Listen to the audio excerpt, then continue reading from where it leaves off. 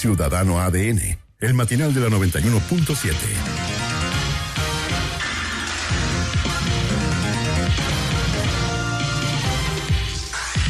Vamos a buscar las esferas del dragón.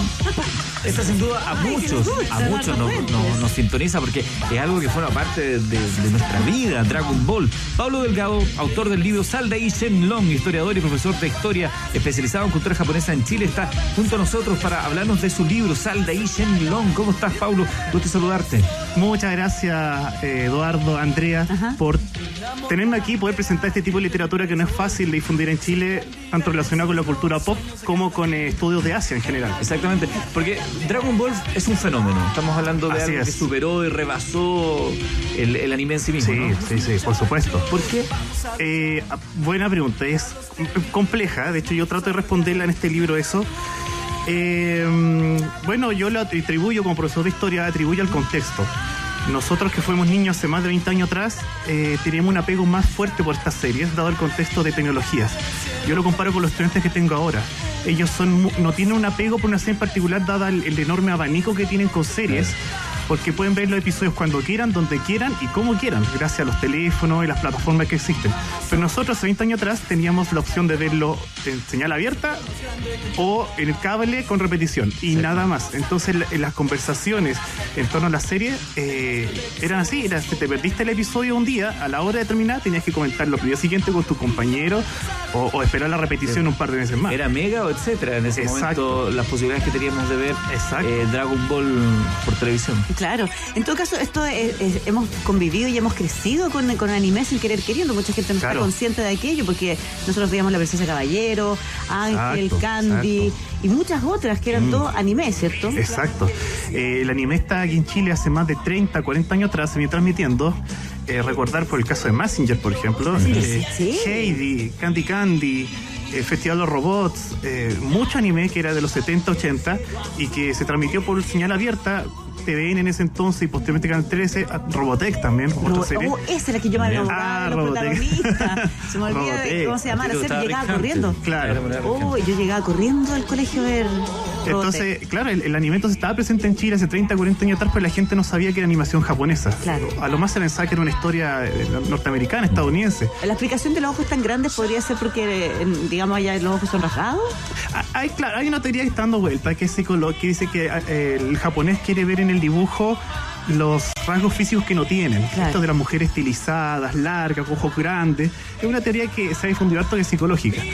Pero la verdad de las cosas es que viene del autor de Astro Boy, Osamu Tezuka, que él toma la estética de las películas Disney, de los ojos grandes. ¿Por qué? Porque él consideró que con los ojos grandes los personajes pueden expresar mejor las emociones.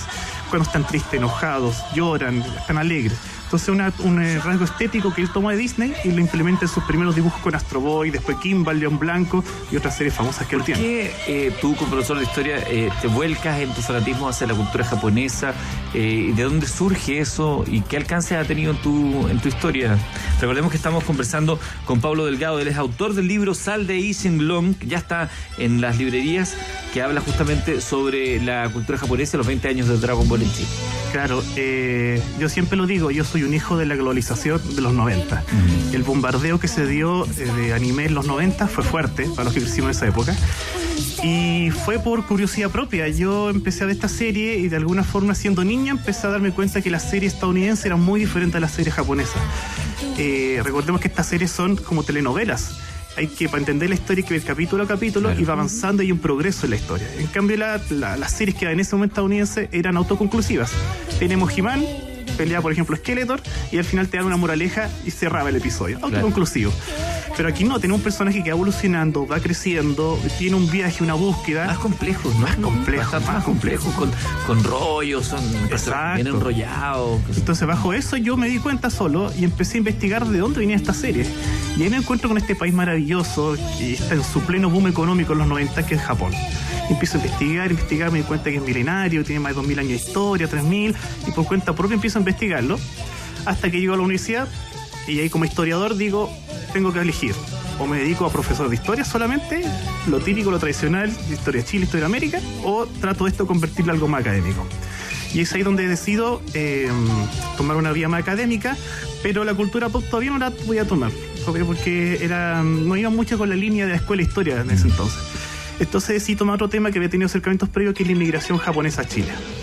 Y ahí me metí en ese tema, investigué los primeros migrantes, finales del siglo XIX, inicio del XX. Hice mi tesis, aún no la he publicado, pero pronto hacerla con ediciones 0. Y ahí, bueno, publico mi tesis, mi proyecto personal, que es el sitio web Japonista Chile. Tuvo buena acogida y de ahí ya me lanzo después con la cultura pop japonesa a analizarlo, porque los que estemos en Japón sabemos que la cultura pop está muy relacionada con la cultura propia japonesa. Los japoneses no hacen distinción de literatura, por ejemplo, pop a literatura más tradicional. Académica. Está todo holístico, todo está juntos. Entonces uno puede estudiar Japón a través de esto, sí. Me imagino que ya estudiaste japonés. He tenido cursos pequeños, pero se me ha olvidado porque no tengo tampoco cómo ponerlo mucho en práctica. Claro. Pero pienso hacerlo, sí, retomarlo. Oiga, profe, ¿ya ha podido viajar a Japón? Aún no. Me imagino que es un proyecto que requiere, aparte de mucho dinero, porque es muy lejos. Eso mismo, por supuesto. Pero por lo mismo, mientras no pueda aún viajar, he estado con este proyecto de difusión cultural, he estado haciendo proyectos personales, o tanto con la radio donde trabajo, le he propuesto proyectos a la Embajada del Japón, a la Sociedad Japonesa de Beneficencia, y han salido buenos. ¿Sí? Hay el programa que tú me comentabas, el que difundo cultura japonesa. Claro, el programa de radio. Claro. Tenemos ahí más de 38 episodios, 9 meses al aire, y ahora estamos buscando una segunda temporada. ¿Y con auspicio y todo? Sí. Oye, el título del libro, Sal de Long, tiene relación con la esencia misma de Dragon Ball, que es liberar a este dragón con las esferas del dragón y que te permite obtener algunos anhelos. Pero también en la diagramación veo a dos personajes y también el Eurocentro, que era un lugar un punto de encuentro. Yo iba al Eurocentro. Habían varios lugares en aquella movida de los años 90, como eran, por ejemplo, las funciones que se daban en el cine acá Cine Arte Normandí. En el Normandí, exactamente, de animación japonesa, cuando no había tanto acceso, el Eurocentro, lugares donde uno llegaba con lo que sabía, tenía y compartía. Exacto. Y ahí, justamente ahí tenemos ahí uno de los entrevistados que está en el libro, que nos recuerda a esa época. Tenemos a Fito Manga y a Juan Andrés Alfate. Juan Andrés Alfate con la tienda Japanimation, que la tenía en Providencia. Y él nos habla de eso, de la precariedad de llegar a este material en la década del 90. Él nos contaba que les llegaban VHS, muchas veces ni siquiera subtitulados. Entonces la información tenía que sacarla de las revistas españolas que le envían, por ejemplo. Y él, interpretando la escena y con las revistas, iba explicando en cierta Normandía de qué se trataban los OVA y películas que están llegando. Explícale qué es un OVA, por favor. Un OVA son animaciones exclusivamente hechas para video y difusión en casa. Perfecto. No necesariamente son en la televisión. Oye, ¿qué aportes crees tú concretos tiene la cultura japonesa para nosotros? Hartos. O sea, Japón hoy en día no le gusta a Japón mostrar mucho lo que hace fuera de Japón. Pero aquí en Chile, por ejemplo, invierte mucho dinero en investigación y educación. Ya. Yo me sorprendí cuando empecé a estudiar como historiador. Biblioteca Nacional, yo iba a investigar periódicos, diarios, fuentes, y me encuentro que, por ejemplo, las máquinas, los rollos para revisar los microformatos, dice arriba, donado por el gobierno japonés. Y digo, wow, es que hay una inversión que hizo la Embajada de Japón y el gobierno para donar para difusión cultural y estudio. También invierte harto en educación. Muchos colegios son mantenidos por el gobierno japonés, hay millones de dólares. En temas científicos, especialmente después del año 2010, terremoto Chile, y 2011, terremoto Japón, se han estrechado más las relaciones científicas entre Chile y Japón. Y ahí Chile y Japón ha pasado mucha investigación y maquinaria a Chile para investigar los temas de los sismos. Y lo voy a decir yo para no complicarte a ti, pero también llama la atención que un país que aporta tanto en eso sigan haciendo la captura de ballenas que siguen haciendo. Sí, eso es contradictorio con el discurso medioambiental que tiene Japón. Sí, es verdad, hay un grado ahí de estudio científico, pero sabemos la verdad que hay algo más económico detrás. Eso es lamentable, sí. Oye, cuando hablamos de Dragon Ball, hablamos de una serie que durante algún momento fue cuestionada por su violencia. Porque los personajes morían. Te emocionaste, Me emocioné porque tengo la semilla. ¿Tú eras fanático de Dragon Ball, Edu? Es que este libro te hace una regresión 20 años atrás, increíble. Pero dejar de lado a veces esa mirada un poco más simple, los valores que entregan. Claro. Varios valores asociados implícitos en la historia de Dragon Ball, que por lo demás está muy vinculada con las tradiciones culturales de antaño de Japón. Sí. Sí, en el libro justamente hablamos de esa polémica de la censura de Dragon Ball en los 90. Hay varias censuras. De Japón la serie venía intacta, no se le hizo ningún recorte. Llega a México, se le hace el doblaje latinoamericano y ya hay una leve censura en cuanto a lo que se decía.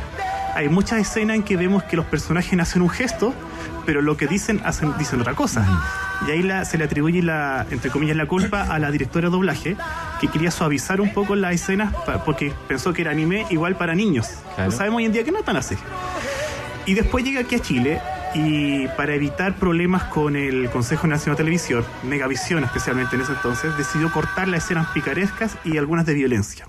Entonces, gracias a la memoria de Fito, justamente, tenemos episodios que duraron 8 minutos o 10 máximo, tan por el tremendo recorte que se le hizo.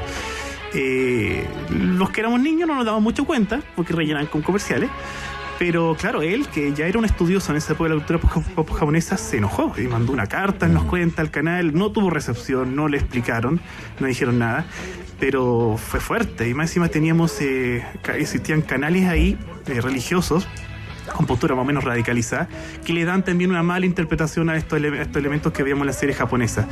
Veían un kanji, por ejemplo, japonés. ¿Qué es un kanji? Un kanji es el silabario japonés, un símbolo que representa una sílaba. Uh-huh. Entonces veían un kanji y decían, eso puede ser un símbolo demoníaco. Diabólico. O por qué los enemigos dicen, yo soy el rey de los demonios. No, esto es diabólico. Y peor aún cuando aparece este personaje, Mr. Satan. Autodenominarse como diabólico.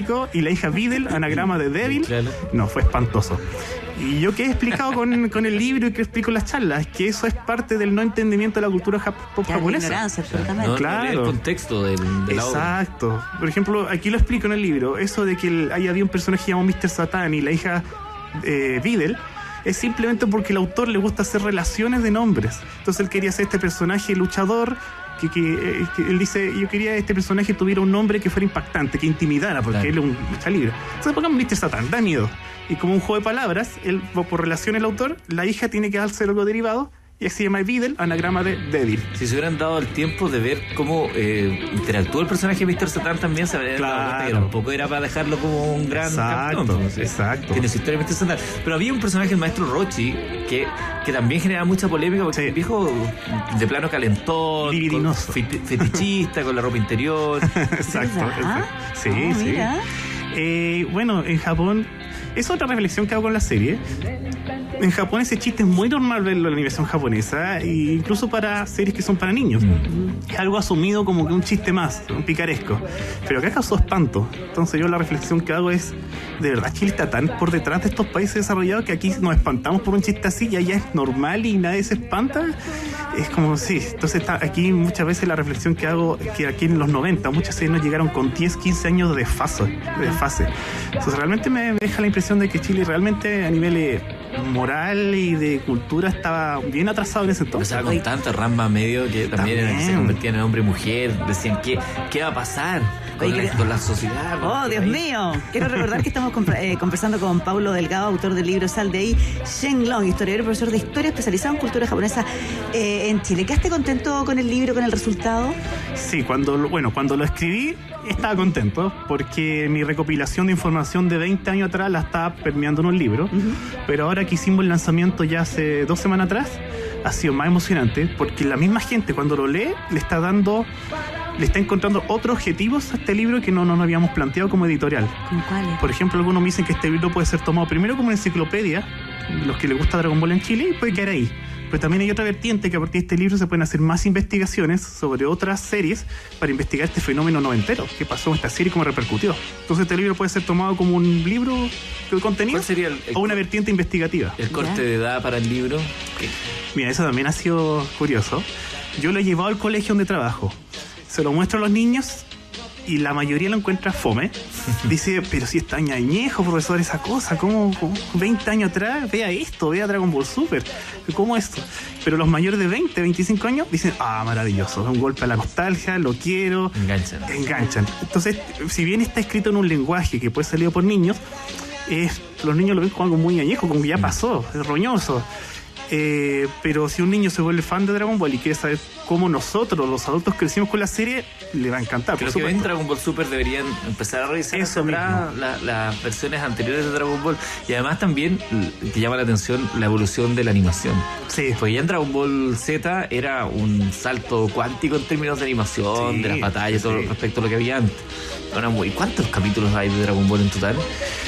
Mira, Dragon Ball, el primer Dragon Ball, cuando la aventura de Goku chico, son 158, si no me recuerdo. Dragon Ball Z, 291. Dragon Ball GT, 64.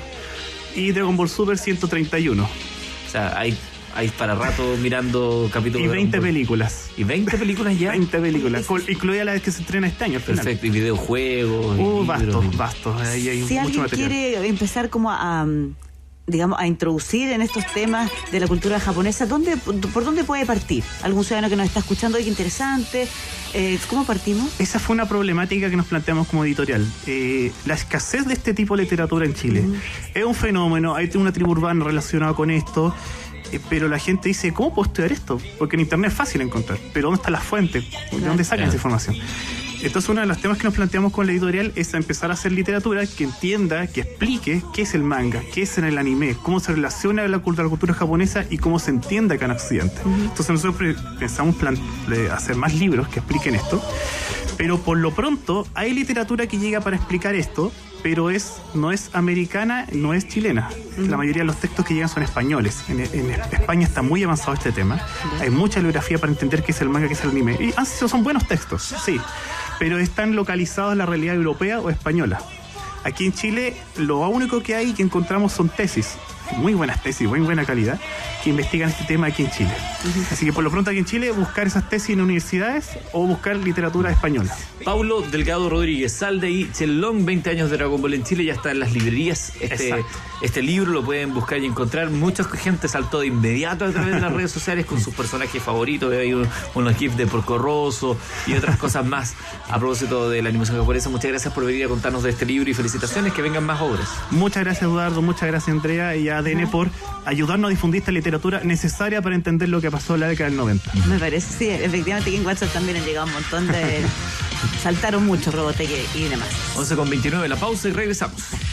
Vamos a buscar las esferas del dragón. Ya vuelven Andrea Hoffman y Eduardo Fuentes para seguir con El Ciudadano ADN, el matinal de la 91.7. Un milagro increíble se esconde ahí.